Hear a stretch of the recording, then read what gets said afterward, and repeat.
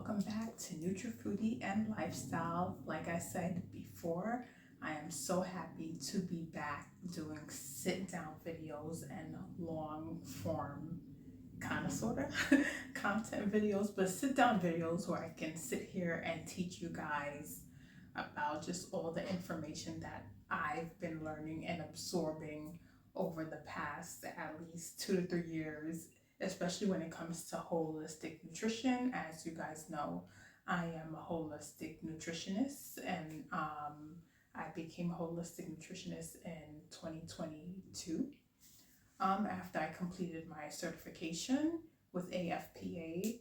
And just a little bit of background about me if you're new to this channel. I am also a licensed practical nurse. I have been since the age of about 19 or 20. I believe I was 20 years old. No, 19. Age of 19. And also after my nursing journey, I began to study nutrition, and that's how I got interested in nutrition. I had some of my own health issues in terms of like eating and like digestive issues. When I was a child, I had chronic constipation pretty much from childhood all the way up until my early like mid-20s. I went through chronic constipation, and that was a battle. It was tough for me, and I'm glad that I don't deal with that any longer. And I truly thank God for that, because that was a really hard, rough time in my life going through that as a child. And then also fast forward as an adult, a little bit after high school, I began to suffer with acid reflux disease. And for acid reflux disease, that is more so focused on the LPR type. And I'll leave a little something here so you can read about like what LPR type is.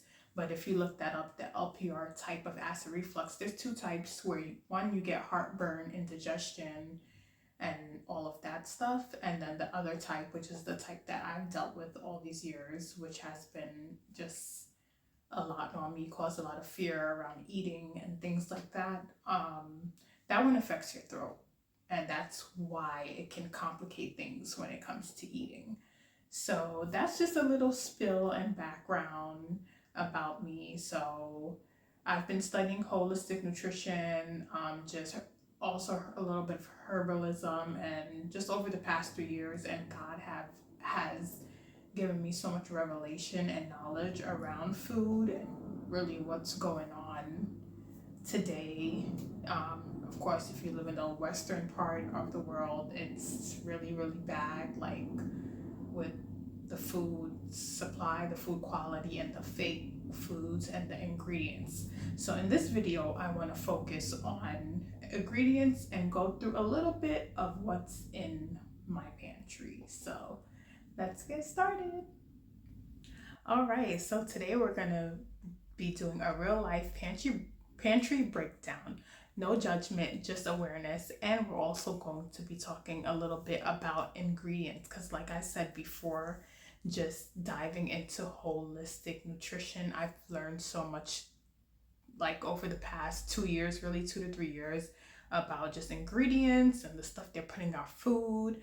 As you know, like in the Western world and the Western countries, we're dealing a lot with metabolic diseases, metabolic issues that lead to chronic metabolic disorders such as type 2 diabetes, heart disease, and just put it this way, a lot of the stuff that we're dealing with and the things that we go through comes from our food. It comes directly from what we eat, what we put into our body. Of course, you have to think about what type of lifestyle you want to have, the type of foods you want to eat, and that's in our control. But there are certain things that are like not in our control too, and that's where we have to be very careful, because the things that are being put into our food and the ingredients that are being put into our food, a lot of them spike our blood sugar.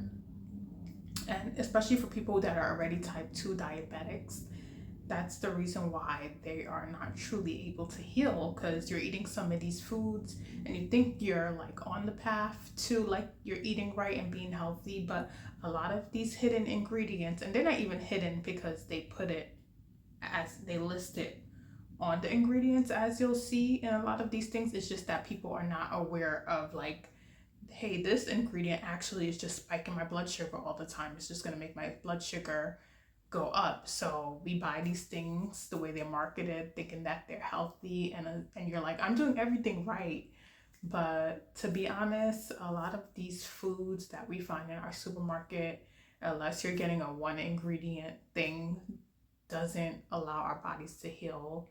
And I know I've said it in other videos, even with the one ingredient things, it can be hard because of the pesticides and all of those things that are sprayed on it too. So it's kind of like we're in a tug of war here, with, the quality and eating. And I've read a lot of comments in so many videos about people are just like scared now to just eat in general. And it's like, you cannot not eat. But this is also the reality of like what's happening.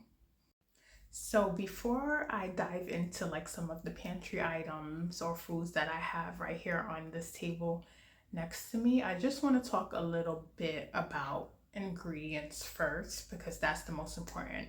And before I start on the topic of ingredients, I just want to put it out there, and like a lot of the stuff that I'm saying is probably like a lot of people might know about already, but just in case for the people that don't know about certain things, like on your phones now, like if you have Apple or Google Play Store, you can now download apps that allow you to scan ingredients. Because to be honest, at the supermarket, a lot of people, or grocery store, a lot of people don't have time to really sit and read ingredients. You're on the move, you're on the go, you have so much things to do throughout your day, and you just want to be in and out, and I understand that too. Like, I'm a mom, I'm a working mom, and life is busy, and life is busy for a lot of us.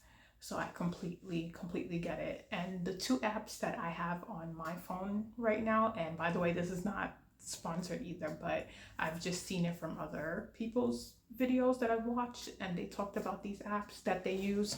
So the one that I use the most right now is the Yuka app, and I believe it's available on both Apple and Google Play. Well, I have Google, so Google Play, it's available there, but I believe it's probably available anywhere you could download apps. The Yuka app, and then there's another, and the Yuka app can scan food and products, and then I have another one called Clara that mainly scans like products such as for like, self-care, skincare, soaps, lotions, and things like that. And that one doesn't scan for food, but both are great to have, especially if you do not really have time to dive deep into like ingredients and things like that. So I just wanted to put that out there first, that there are things out there that can assist us in looking for particular ingredients. I think I probably want to maybe eventually create some type of guide, quick guide, or maybe an ebook on ingredients to watch out for too. And that you can, a lot of these things, like when I create the ebooks, you can have it downloaded as a PDF, and it's going to be right on your phone. You don't even have to like print it out, because I know that's inconvenient to like print out paper, bring it to the market or everywhere you're going, but you can have access to like a quick guide right there on your phone. So let's get started talking about ingredients, and I'm going to pull up my notes here because that's just the easiest way to run through it. But I'm going to talk about like oils and seed oils. So before we dive into that, and I'm just brushing on some of the most common ones that are used in our processed foods today. Just before talking about oils, the main thing about these oils is that they're high in omega-6. And of course, you need a balance of omega-6, omega-3s and omega-6, and omega-3s being like the healthier of the omegas. And I'll dive into that in another video. But talking about just that alone, so it doesn't cause like any confusion, just in case anyone doesn't know like the difference between the both. But the seed oils are high in omega-6, and also they cause a lot of inflammation, and that's why today, to this present day, a lot of us are just chronically inflamed every single day because those seed oils are just in a lot of our foods. So that's the issue when it comes down like to the seed oils. And yes, you may not be able to avoid it per se, totally, but it's about having balance and moderation, so that way everything you're consuming is just not high in seed oils, okay? So I'll just go through just a few common ones. One that you'll see a lot on some of the labels is soybean oil. I know I see that a lot. I see it on mayonnaise. I'll see it on like ketchup sometimes potato chips and things like that, which I have. Well, I'll show you guys some of these now. I have sun chips, and this one is actually not bad, but I have sun chips, and I have Walgreens brand potato chips, and then I also have Siete salt and vinegar chips. Siete is actually probably one of my favorites that are the healthiest with ingredients and things like that. So soybean oil is one, and again, the concern is the omega-6 and that it promotes chronic inflammation. 2, corn oil. This is probably, you see this more than soybean oil, and as you guys know, everything is just like corn coming from corn and processed. So it's, first of all, it's cheap and widely available. It's common in fried foods and packaged snacks. So the concern is it's highly refined and oxidizes easily at high heat, and it can create harmful compounds in the body. 3, canola oil, and another name for canola oil, which I didn't which I didn't know, is rapeseed oil. So with that one, it's marketed as healthy, but it's really not, and it's pretty much used in everything because like some of the oat milks. Let me see if this one has it here. Okay, well, this one doesn't have it, but this one has sunflower oil. Let me see if this one has it. Okay, that one doesn't have it, which is a good thing because like I said, I'm already on top of like, really making sure I pay attention to my ingredients and things like that. And I've been on that path for a while now. So a lot of the things that I have on hand may not have some of those things because I just make sure to not even try to buy it, or consume those things. So, excuse me. So that's another one. So vegetable oil, of course, we see that all the time. I see it on my packaged things. Sometimes when I'm buying like bakery items or things that are sweets, cakes, muffins, things that are anything processed in a box, you'll probably see vegetable oil unless the brand makes it like really, really like clean. And the concern with this is that you don't know the exact composition of the vegetable oil or what it is. And oftentimes it's the lowest quality blends. So then there's cottonseed oil. Like a lot of these milks, again, these don't have them, but there's a lot of the other ones that I've seen cottonseed oil, and the concern with that is high pesticide exposure, and cotton is heavily sprayed and it's highly refined. So that's that. Then we have sunflower oil, which I just mentioned. I think this milk has sunflower oil in it, and maybe the other one, the oat milk. But the concern is the omega-6, and that often it's ultra refined. Then you have palm oil. Again, I've seen that in chocolates. I've seen it in Reese's and so many things. They put all of these oils in this stuff.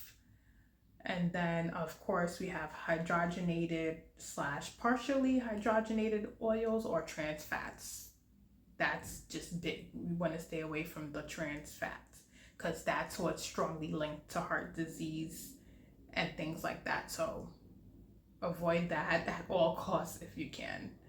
So those are the biggest things with the oils, and a lot of these oils are hidden in our foods, but also too they do list it, like I said, on the ingredients, and that's why it's important for us to read ingredients. Okay, so next and last, I want to talk about starches. And I say next and last because I don't want to make this video too long. I can do a part two to this, diving deeper, because for the sake of long form content, I don't want to make it too long, and I know, so but if you guys enjoy this, definitely I will do like long form sit down videos. I generally try to make sure that it's not too far past 10 minutes, but I know this is past 10 minutes. So, but if you do enjoy longer videos, then I'll definitely make like longer videos, because when it comes to things like this, it's about teaching and it takes time. It's not something that you can rush through because you really want to learn, the information and stuff. So let's dive quickly into some of the common starches that you'll find like on food labels of processed foods, of course. So modified food starch, that's one. And it's used basically to keep foods smooth and consistent, so there's no separation, and it can withstand heat, freezing, and storage. But the problem is that it's highly processed, it digests quickly, which means it can spike your blood sugar, and generally it's empty calories. There's nothing like good to it that it does for the body. It's just that it's to preserve or keep the food looking a certain way. So that's a big one. Then you have regular cornstarch, and when I was like doing my research on this, I was like, oh man, because I use cornstarch, even though I think the cornstarch that I'm using is clean, like the only ingredient in it is cornstarch, but still, it's still cornstarch. And basically, it's extracted from corn, and it's common in soups, sauces, desserts. Again, you use it to thicken foods. That's what I use it as. But it's very high glycemic, and it acts like a sugar in the body. So that's a no-no. And it has no fiber, it has no nutrients. Then, of course, we've heard of tapioca starch, cassava starch. And it's funny because I think I have like tapioca flour. So I don't like the difference. So now I have to look into that too. But I know I've definitely bought like tapioca flour before, but it's from the brand again is a cleaner brand. So it doesn't have a lot of other added things to it. That's just the one ingredient. So the tapioca starch, it's very common in gluten-free foods and plant-based products, and it's often marketed as natural, but it's still refined. So that's the biggest thing we have to watch out for. It's rapidly digested, so that means it spikes your blood sugar, and better tolerated for digestion than some of the other starches. So next is potato starch. So potato starch is used for thickening and crisp texture, but when it's cooked, it's highly glycemic. Again, gonna spike your blood sugar. And it says when raw or cool can act as resistant starch, and it feeds gut bacteria. Yikes. And it's in the notes over here I have, usually not in its beneficial form, but it's in processed foods. Next, we'll dive into rice starch, okay? And I've heard about rice starch too. It's mild and hypoallergenic, used in baby foods, dairy-free products, okay? The concern with that, it's easily digested. Again, another blood sugar spike.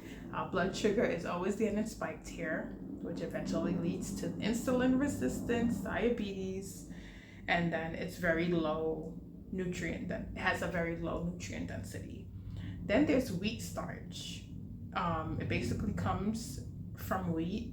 Gluten is mostly removed, but it might not be gluten-free unless specified. It's still refined and fast digesting.